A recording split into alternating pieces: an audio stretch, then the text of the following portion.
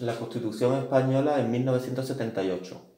Bueno, podemos decir que todo empieza cuando muere Franco, acaba la dictadura y nos encontramos con las primeras elecciones generales libres, con una gran participación por parte del pueblo español, un 80% del censo electoral, es decir, de los mayores de 18 años, participan en la votación. Eso se realiza el 15 de junio de 1977. En ella, las elecciones las gana UCD, Adolfo Suárez, al frente del partido, pero no conseguían una mayoría para poder gobernar. Entonces, para gobernar, coalicionan con PSOE. Un mes más tarde, después de las elecciones, se aprueba una moción de reforma política a favor de un proyecto de constitución española. En ello se crea una comisión constitucional para poder conformar lo que es la Constitución española nuestra de hoy en día, donde todos los partidos políticos están de acuerdo, ¿vale? Es un proyecto consensuado entre todos los partidos políticos. El 6 de diciembre, un año y medio después, ya se somete a votación en referéndum dicha Constitución española, a través del Real Decreto 2550/1978. Este día se somete a votación la Constitución que han conformado durante un año y medio en la Comisión Constitucional, y la participación española no es muy alta, del censo electoral más o menos un 60%, pero el resultado de la votación, el sí, es bastante amplio, cerca de un 90% votan sí a dicha Constitución española. El 29 de diciembre se publica en BOE y entra en vigor dicha Constitución.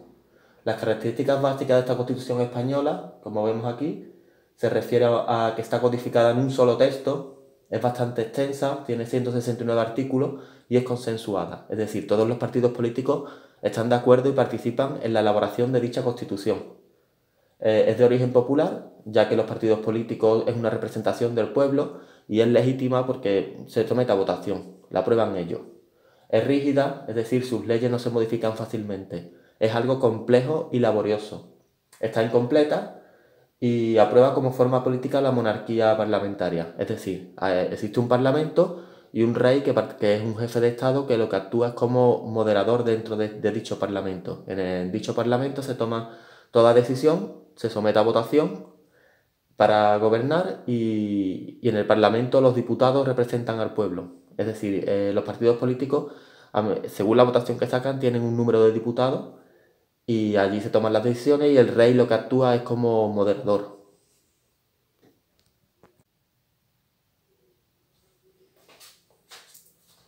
La Constitución ha tenido dos reformas desde 1978, ¿vale? Que se sometió a referéndum y demás. En 1992 se añade el término y pasivo en el sufragio de las elecciones municipales, ¿vale? En las votaciones de las elecciones municipales se añade el término y pasivo. Y en el 2011, debido a la crisis económica que sufrió el país, se sustituye el artículo 135.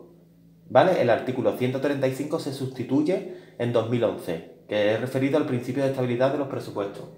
Las influencias europeas de la Constitución española. ¿Vale? La ley fundamental de Bonn, la alemana, fue sin duda la más influyente. La más influyente. Con temas referidos a derechos, libertad del Estado social, además. La más influyente sin duda fue la ley fundamental de Bonn. Después, en cuanto a la corona, en cuanto a la monarquía, influenció Suecia y Holanda, las constituciones de ambos países. En cuanto a poder judicial, cogimos referencia de la Constitución italiana, ¿vale? Un poder judicial independiente. Y en cuanto a la organización estatal entre cámaras que existen, la Cámara Baja, la Cámara Alta, el Senado y demás, nos vimos influenciados por Francia. En cuanto a la estructura de la Constitución española de 1978, ¿vale? Tener en cuenta que es una constitución bastante extensa, como comentamos anteriormente, tiene 169 artículos, ¿vale? En ella consta de un preámbulo sin carácter normativo, es decir, aquí no hace referencia a ningún artículo, solamente es una introducción donde se definen los valores. Tenemos en cuenta los valores superiores, que es libertad, igualdad, la pluralidad política, donde se reflejan todas las ideologías del pueblo, y es un Estado social, las garantías para defender los derechos y libertades de los españoles, ¿vale?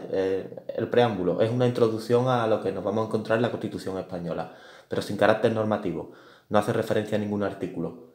Ya después nos encontramos con un título preliminar, ¿vale? Que va desde el artículo 1 hasta el artículo 9, es decir, consta de 10 artículos, y en él nos encontramos los principios constitucionales, ¿vale?